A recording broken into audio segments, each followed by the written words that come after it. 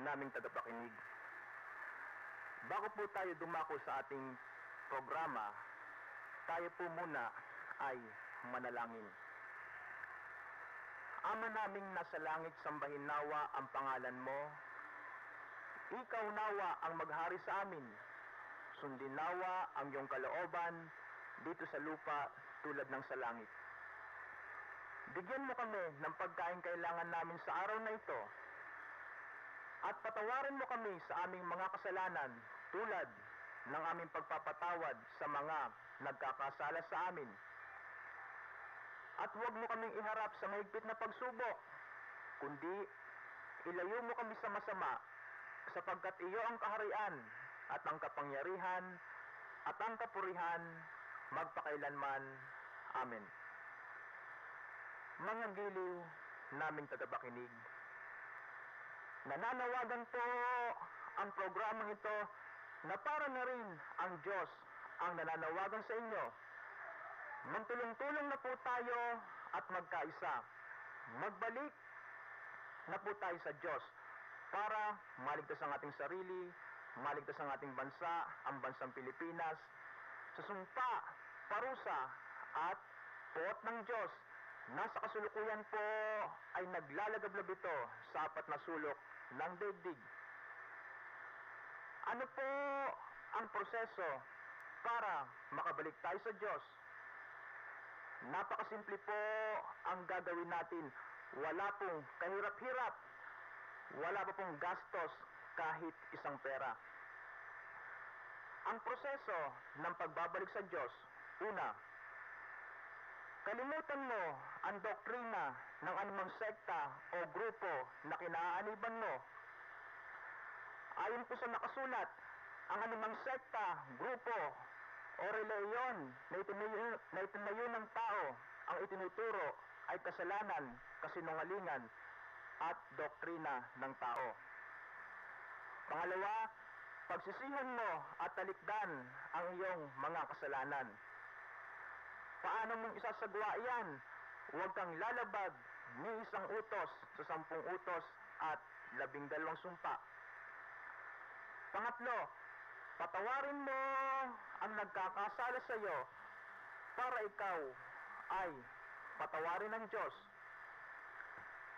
Kapag naibigay po natin ang tatlong ito sa harapan ng dakilang Diyos Ama, tatanggapin po natin yung ipinangakong gantimpala.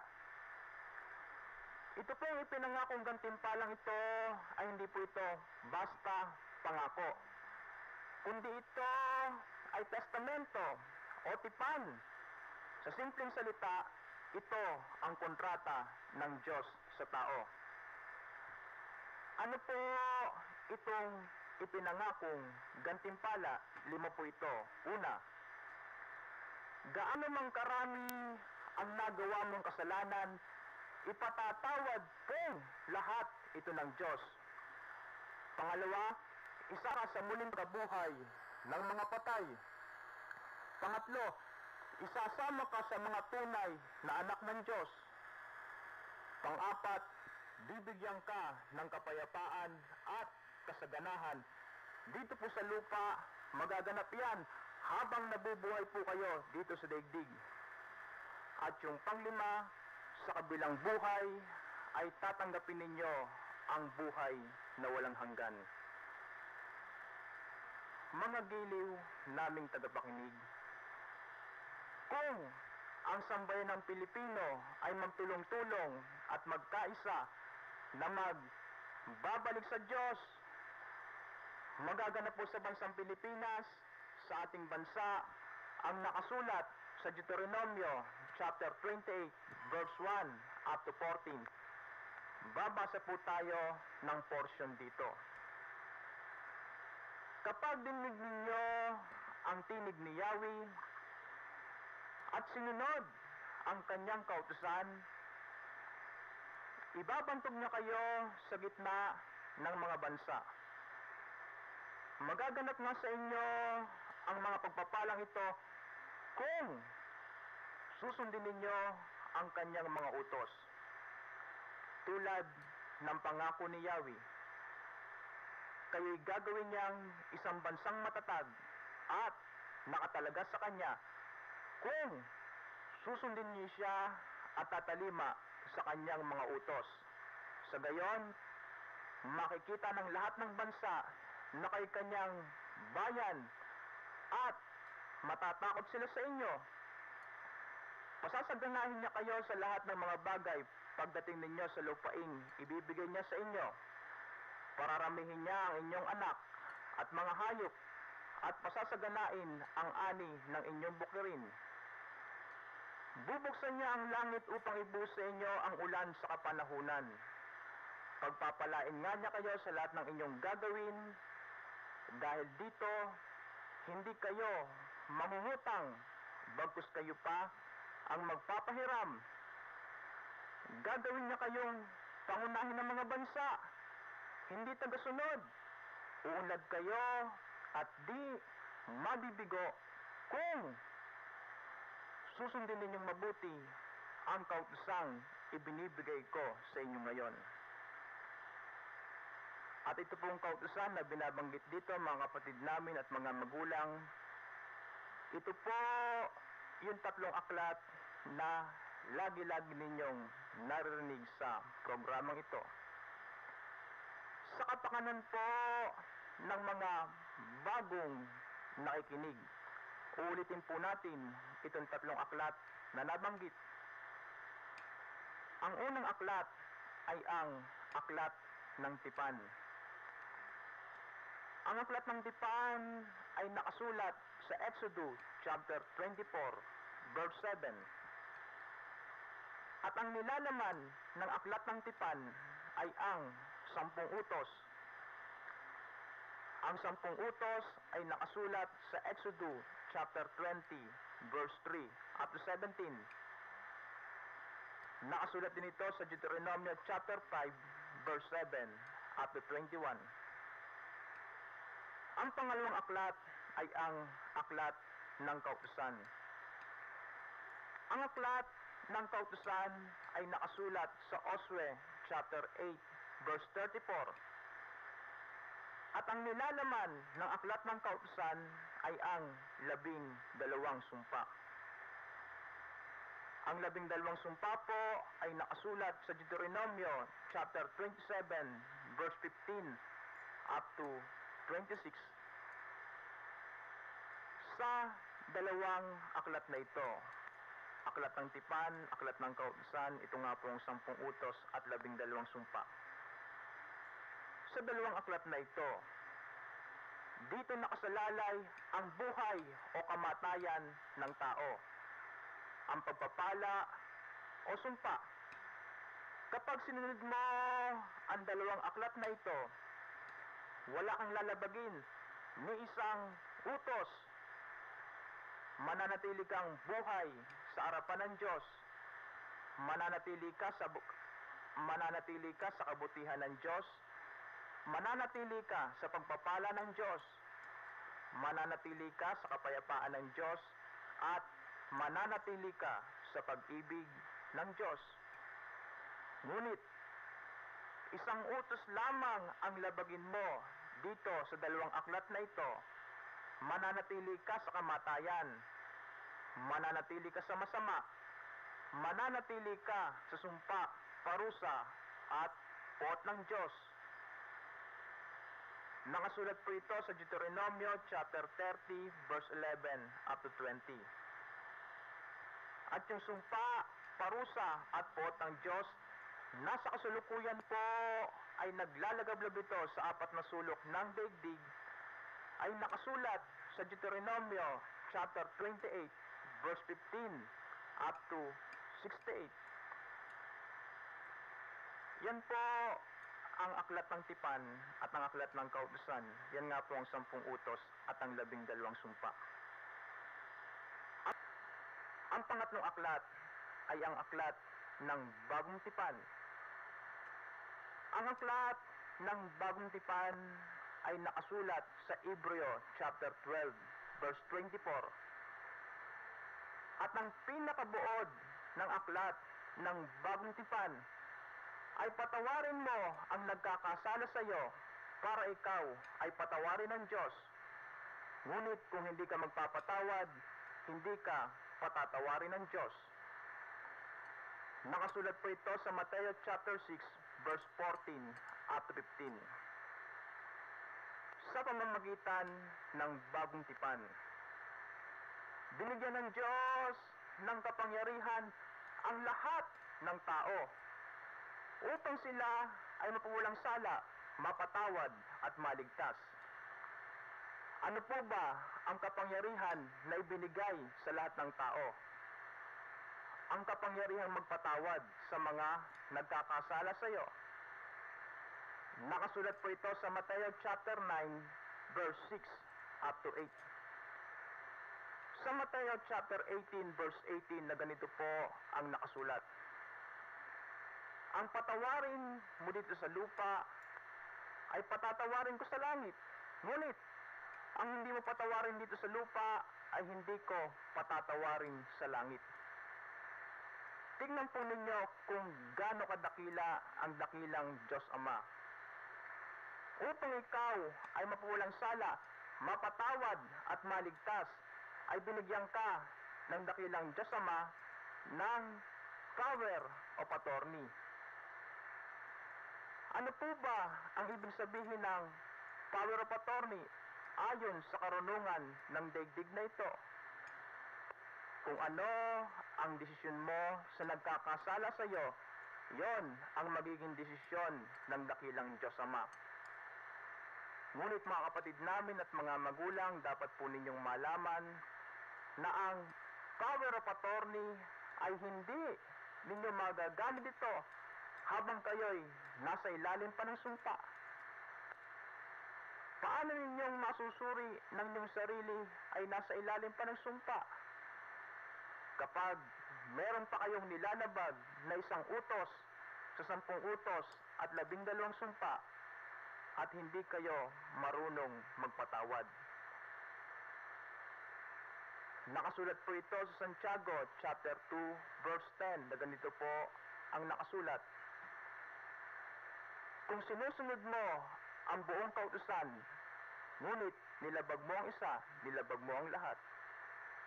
Kaya nga, mga kapatid namin at mga magulang, upang magkaroon ng katuparan, magkaroon ng kabuluhan, ang pag-ibig na ipinagkaloob sa atin ng dakilang Diyos Ama, wala po tayong pagsisikapang gawin, kundi tuparin at ipaliwanag na tuparin din ang 10 utos, ang 12 sumpa at ang pagpapatawad, na binubuo nga po ito ng aklat ng tipan,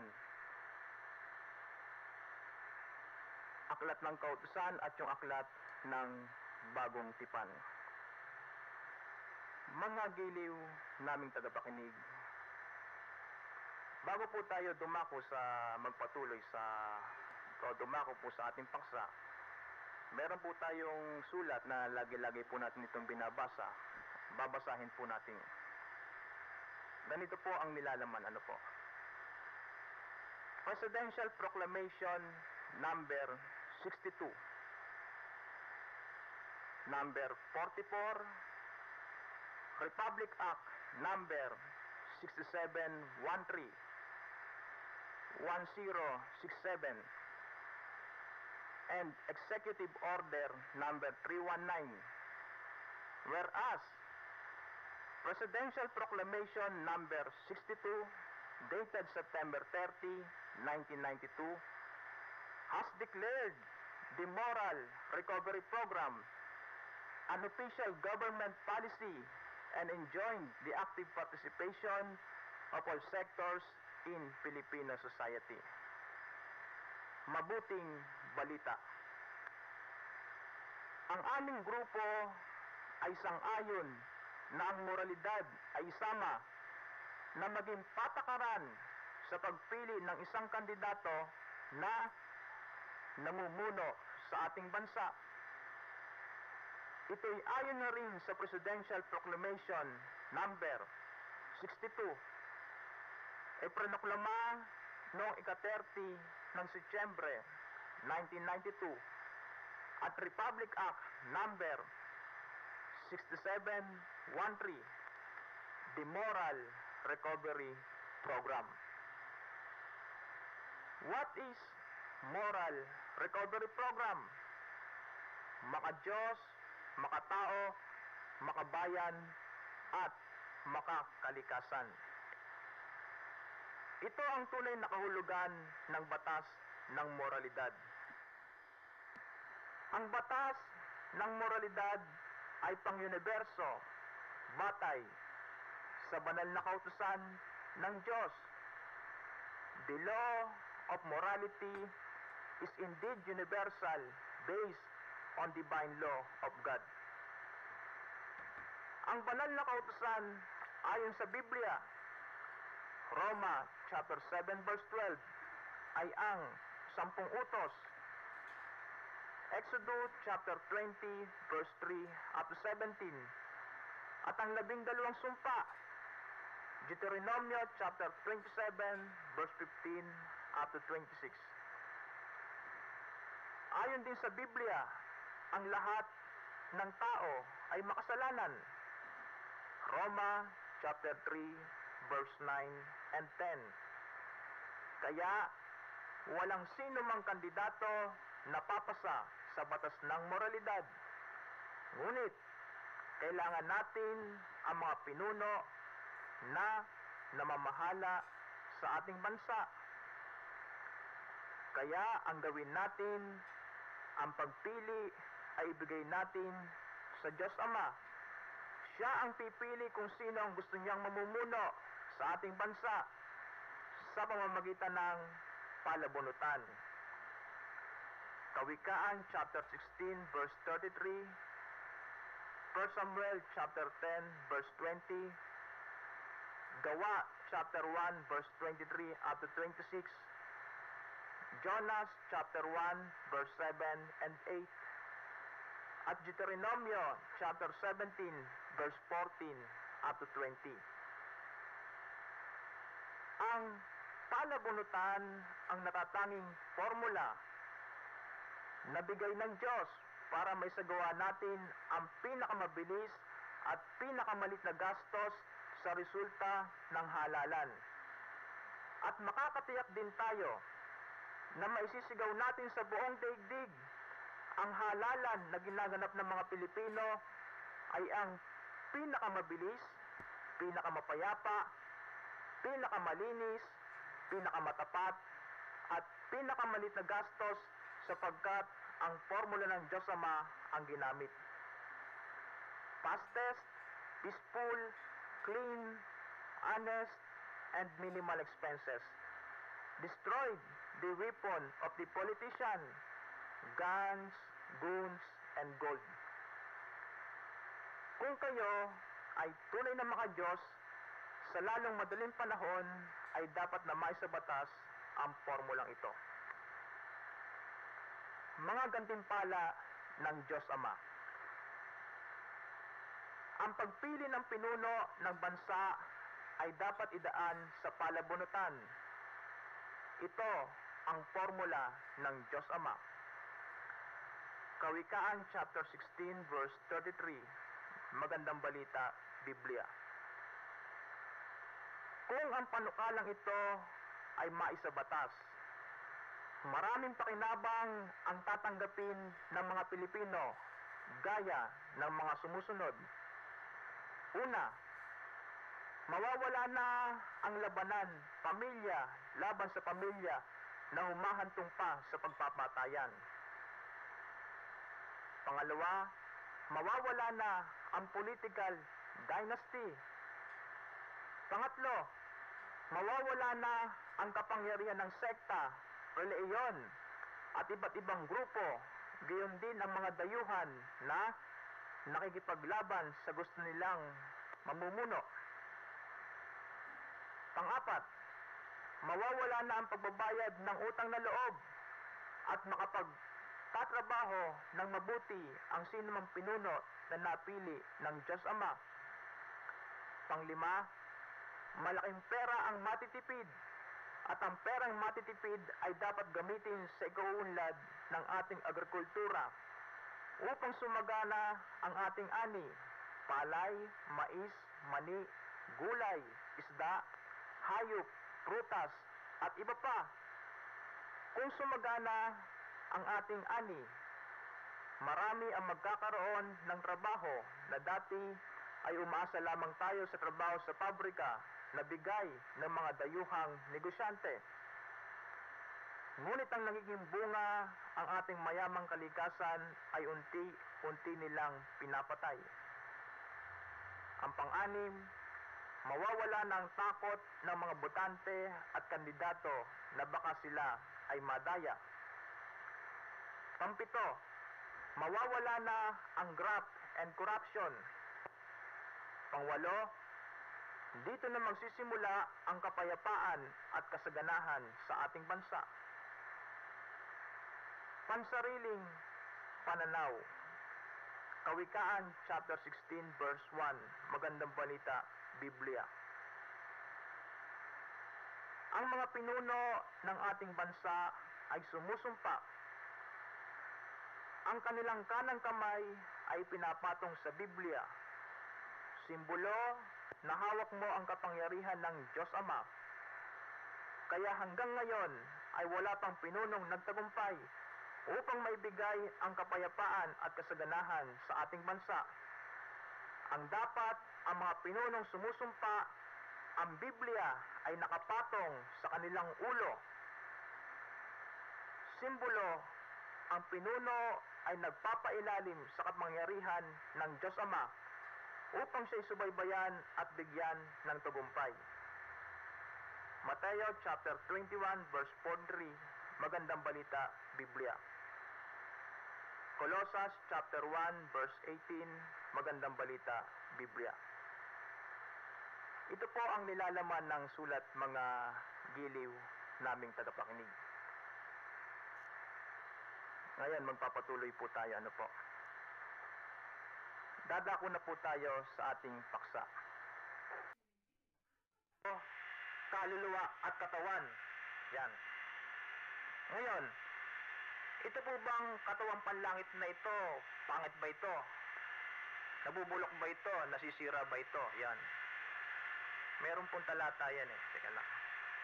Dito po sa 1 Corinto chapter 15 verse 40 hanggang 44. Ulitin po natin yung talata, 1 Corinto chapter 15 verse 40 hanggang 44. May mga katawang panlangit at meron namang panlupa. Iba ang karigtan panlupa at iba ang karigtan panlangit. Iba ang liwanag ng araw, iba naman ang liwanag ng buwan, at iba rin ang liwanag ng mga bituin. Ganyan din sa muling pagkabuhay. Ang katawang inilibing ay mabubulok, ngunit di mabubulok kailanman ang katawang muling binuhay. Pangit at walang kaya ng ilibing, maganda't malakas ng muling buhayin. Inilibig na katawang panlupa, muling mabubuhay na katawang panlangit. Kung may katawang panlupa, meron ding katawang panlangit. O, suruin po ninyo yung katawang lupa. Pangit at walang kaya ng ilibing, ngunit, sabi ito, maganda't malakas ng muling buhayin.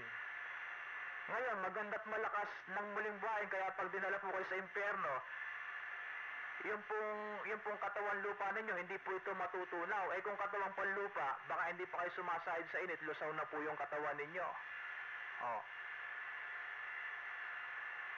Ngayon, bigyan po natin ng talata yung pong tao, At ito pong taong ito, yung buong katauhan ng tao, espiritu, kaluluwa at katawan, hindi po ito naghihiwalay tulad ng turo ng mga grupo-grupo, May talata po yan eh. Dito sa 1 Thessalonica chapter 5 verse 20. Ulitin po natin ang talata, 1 Thessalonica chapter 5 verse 23 po, correction, verse 23. Naway lubusang kayong pabanalin ng Diyos na siyang nagbibigay ng kapayapaan At naway panatilihin niyang walang kapintasan ang buo ninyong katauhan. Ano po yung buong katauhan? Ang espiritu, kaluluwa at katawan. Hanggang sa pagparito ng ating Panginoong Jesucristo. Yun po, ito po yung buong katauhan ng tao. Espiritu, kaluluwa at katawan.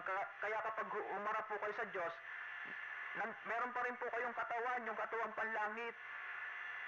Haharap po kayo sa Diyos, tao po kayo sapagkat yung kakontrata ng Diyos, yung katipanan ng Diyos, hindi po espiritu, hindi po kaluluwa, kundi tao.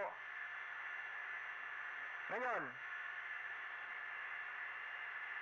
yung po bang tao kapag nalagutan ng hininga, maghihintay pa ba ng taon, katulad po dito sa lupa? O, dyan ka muna Diyan ka muna sa kulungan, marami pa akong iniimbestigahan eh. Hindi kita kayang hatulan ngayon, kaya diyan ka muna. Sa Diyos po ba, ganon ang nakasulat? Hindi po ganon. Kaya nga binanggit po natin kanina, pag nalagutan po ng hininga yung tao, papalitan ito ng katawang panlangit, yung katawang panlupa. Instant, hahatulan po siya ng Diyos. Hindi na kailangan pa maghintay ng panahon. Yun po ang nakasulat sa Biblia. Kanina binanggit natin yung Hebreo chapter 9 verse 27. Magbibigay pa tayo ng talata, baka sakaling makumbinsin na kayo, baka sakaling lumayo na kayo sa mga sekta o grupo na kinaaniban ninyo sapagkat ayon po sa nakasulat, ang anumang sekta o grupo na itinayo ng tao, ang itinuturo, kasalanan, kasinungalingan, doktrina ng tao. Dito po sa Job, chapter 34, magbibigay po tayo ng talata. Job, chapter 34, verse 14 hanggang 15. Pagkatapos, itataas po natin sa verse 20 hanggang 23. Ulitin po natin yung talata. Job chapter 34 verse 14 hanggang 15. Pagkatapos ibababa po natin sa verse 19 hanggang 23. Babasahin ko po sa inyo. Kapag binawi ng Diyos ang hininga ng tao, siya'y mamamatay sa alabok ang tungo. Yun po palang hininga ng tao, ang Diyos ang bumabawi. Kaya kapag yung tao na nalagutan ng hininga sa anumang paraan, halimbawa na nabangga, na aksidente, ang Diyos po ang nasa likod, binawi na ng Diyos yung hininga niya. Anong susunod? Siya'y mamamatay sa alabok ang tungo. Iyon pong katawang panlupa, sa alabok ang tungo, no? Ano po? Siya na lumikha sa sangkatauhan, walang itinatangi, mayaman o mahirap man. Sa isang kisap mata, ang tao'y mamamatay. Ayan na. Sa isang kisap mata, ang tao'y mamamatay. Ang hampasin ng Diyos, bigla na lamang papanaw. Kahit siya'y malakas o makapangyarihan. Yon. Wala ka naman sakit, bigla kang binaril. Ayon. Bigla kang nabangga. Yon. Bawat kilos ng tao'y tinitingnan niya.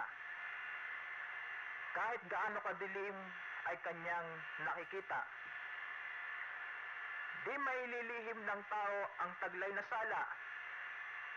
Hindi kailangan ng Diyos na magtakda ng panahon upang sa tao ay igawad ang kanyang hatol. Yun po ang nakasulat, mga giliw naming tagapakinig. Ulitin ko, baka hindi ninyo nakuha yung nakasulat, baka hindi ninyo narinig. Yung verse 23. Hindi kailangan ng Diyos na magtakda ng panahon upang sa tao ay igawad ang kanyang hatol. Verse 24. Hindi na rin kailangan siya'y magsiyasat upang ang mga pinuno'y alisin at palitang lahat. Yon, kapag nalugutan po ng hininga yung tao, hindi na po kailangan ang Diyos magtakda pa ng panahon, kundi ayon po sa binanggit natin kanina, instant hahatulan po kagad kayo. o hahatulan po agad tayo? Ngayon, ang hatol sa atin, ang pag-uusapan lamang kapag nasa harap po tayo ng hukuman ni Kristo, yun pong mabuti at masama nung ginagawa mo nang nabubuhay ka sa daigdig na ito. Hindi po yung pong sinunod po ninyo yung kautusan ng Diyos, o kaya kung nagpatuloy ka ba sa pagkakasala o tumigil ka na sa pagkakasala nang nabubuhay ka sa daigdig na ito. Ngunit kung membro po kayo ng anumang sekta, grupo o reliyon na itinayo ng tao at nalagutan po kayo ng hininga, nagpapatuloy po kayo sa pagkakasala, sapagkat sila po yung pong binabasa yung Biblia, ngunit tinititik, sinusunod naman ninyo. Sila po yung mga pumapatay. Ngayon, magbibigay pa po tayo ng talata. Meron bang nakasulat sa Biblia na yung pong dadalhin sa impyerno, tao, may espiritu, kaluluwa at katawan? Yon. Ano po? Dahil kasi ito pong mga doktrina ng anumang sekta, no? Pinanloko po ito, ginawa pong malaking negosyo. Yun daw patay, yun daw tao kapag nalagot na ng hininga, nagmumulto. Yun daw kaluluwa, pag-alagala, may mga boses kang maririnig, kaya ang gawin mo para tumigil yan, magpamisa ka. Ginawa pong negosyo eh. Para lumayo daw yan, kailangan pabindisyonan mo yung lugar mo kung saan may nagpapakita dyan. Ginawa pong negosyo yung pong pagkalagot ng hininga. Magkakutsaba po itong mga leader na ito eh. Sino po ito? Ito po yung religious leader. Nandiyan po yung spiritual leader, business leader, at political leader. Sa kabila na ayon po sa nakasulat sa Biblia, yamang sa alabok, doon ka nagmula, sa lupang alabok, ay babalik ka rin. Ngayon, kapag nalagutan po ng hininga yung tao, kahit sa man lupa, pwede mo po ninyong ilibing. Ngunit ito pong mga tao sa daigdig na ito mo pong mga nagkakutsaba nga ito, mga politiko, nagtayo po ng sementeryo. Pagkatapos, doon mo ililibing yung kamag-anak mo, yung bangkay. Pabibindisyonan mo sa pare. Pupunta ka sa mga negosyante, bibili ka ng ataol. Bakit hindi po ninyo payagan na basta may pag-aari kang lupa, humukay ka? Puro gastos po yung ginawa ninyo eh. Naghihirap na yung mga Pilipino eh. Nagrereklamo na, hindi na masuportahan yung pangangailangan nila eh. Sa kabila na, yamang sa alabok doon ka nagmula, sa lupang alabok ay babalik ka rin. Ngayon, magbibigay po tayo ng talata. Ano po? Dito sa Mateo chapter 10, verse 28. Ulitin po natin yung talata. Mateo chapter 10, verse 28. Huwag ninyong katakutan ang pumapatay ng katawan, ngunit hindi nakapapatay ng kaluluwa. Sa halip, ang katakutan ninyo'y ang nakapapatay ng kaluluwa at katawan sa impyerno. Yun po, sa impyerno po, merong kaluluwa, merong katawan. Yung po bang espiritu, nandun pa rin. Nandun pa rin po sapagkat yung espiritu, kung wala pa yung espiritu, yun po yung nagbibigay buhay eh. Kaya, pag dinala po kayo sa impyerno, pag nagpatuloy po kayo sa pagkakasala, nalagutan kayo ng hininga, dadalhin po kayo sa impyerno, nandun po kayo, buhay po kayo doon. Pahihirapan po kayo doon, araw at gabi. No? Ulitin po natin yung nakasulat. Ulitin po natin. Huwag ninyong katakutan ang pumapatay ng katawan. sa atin po ngayon, sino po ba yung pumapatay ng katawan? Yan, nandyan na po yung Abu Sayyaf. Yan. Sa halip, ang katakutan ninyo'y ang nakapapatay ng kaluluwa at katawan sa impyerno. Ngayon, magbibigay pa tayo ng talata. Ano po ba? Yung po bang, pag nasa impyerno po ba, ano po bang kalagayan doon? Meron pong talata yan eh. Dito po sa Pahayag, chapter 20, verse 10. Ulitin po natin yung talata, Pahayag, chapter 20, verse 10. At ang diablong nandaya sa kanila ay tinapon sa lawang apoy at asupre na pinagtapunan din sa alimaw at sa mga bulaang propeta. Magkakasama silang pahihirapan araw at gabi magpakailanman. Yun po ang nakasulat. Ulitin ko At ang diablong nandaya sa kanila ay itinapon sa lawang apoy. Ayan, lawang apoy. At asupre na pinagtapon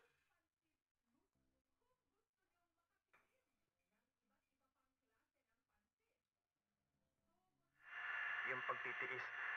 Kaya habang nabubuhay pa po tayo sa daigdig na ito, mga giliw namin tagapakinig, ang una pong gagawin natin, ang una pong gagawin ninyo, ang una, kalimutan mo ang doktrina ng anumang sekta o grupo na kinaaniban mo, sapagkat ayon po sa nakasulat, ang anumang sekta, grupo o relihiyon na itinayo ng tao, ayon po sa nakasulat, ang itinuturo, kasalanan, kasinungalingan, doktrina ng tao. Yan po ang unang gagawin natin.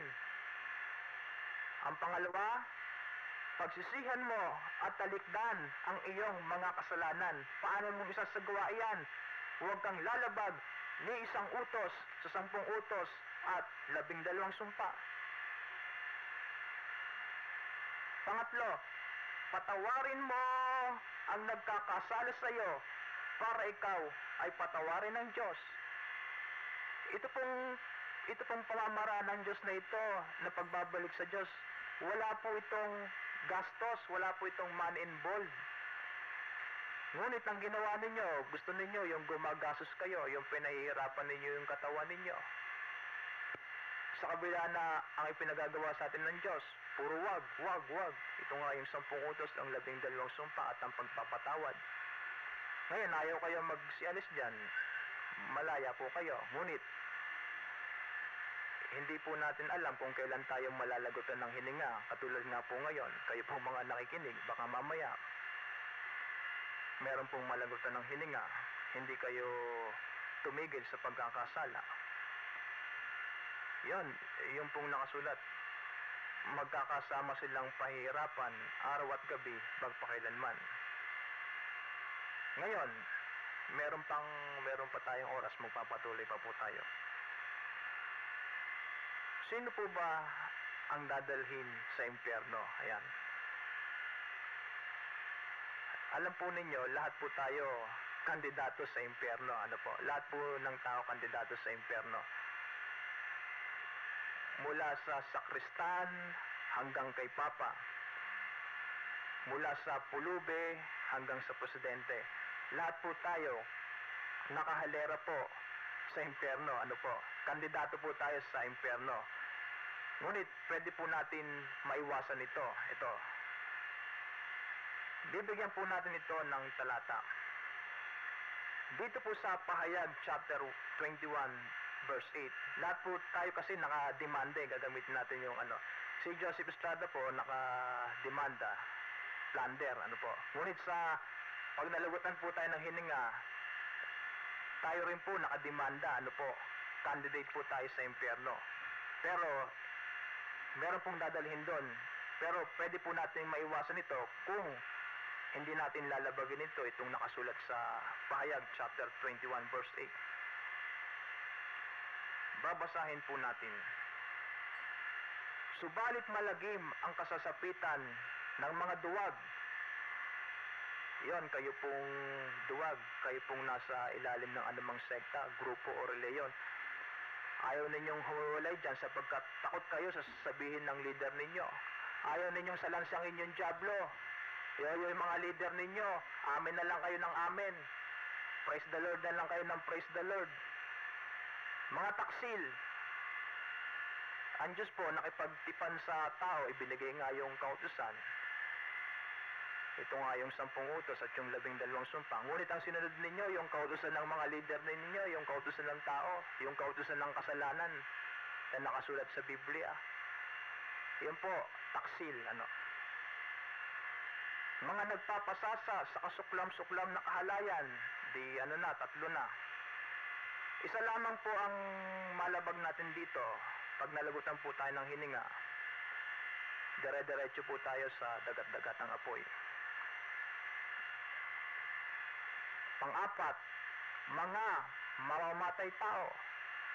Yung pong pumapatay ng physical, yung pong pumapatay ng spiritual. Paano po ba kayo pumapatay sa spiritual? Kayo po mga napopoot. Nako, ang dami pong napopoot eh. Tandaan po ninyo, 1 chapter 3 verse 15, mamamatay tao ang napopoot sa kanyang kapatid. At nalalaman ninyo na ang buhay na walang hanggan ay wala sa mamamatay tao. Yan. Mga mapakiapid. Ayun. Mga mangkukulam. Mga sumasamba sa Diyos-Diyosan. At lahat ng sinungaling. Ano po ito? 8 po ito eh. Sila'y ibubulig sa lawa ng naglalagab-lab na supre na siyang pangalawang kamatayan. Yon. Ngayon, palagay ko, dito na po matatapos yung oras natin. Nalaman na po ninyo na yung espiritu, kaluluwa at katawan, hindi po ito naghiwa-hiwalay katulad ng turo ng mga leader ninyo. Nagmumulto. Ngayon, pabibindisyonan mo ito para matigil na ito. Yung kaluluwa, pag-alagala, tingnan ninyong panloloko. Pinaghiwa-hiwalay, ginawang malaking negosyo. Dito na po matatapos ang programang ito sa gabing ito. Ngunit, bago po tayo tuluyang lumisan, muli at muling nananawagan ang programang ito na para na rin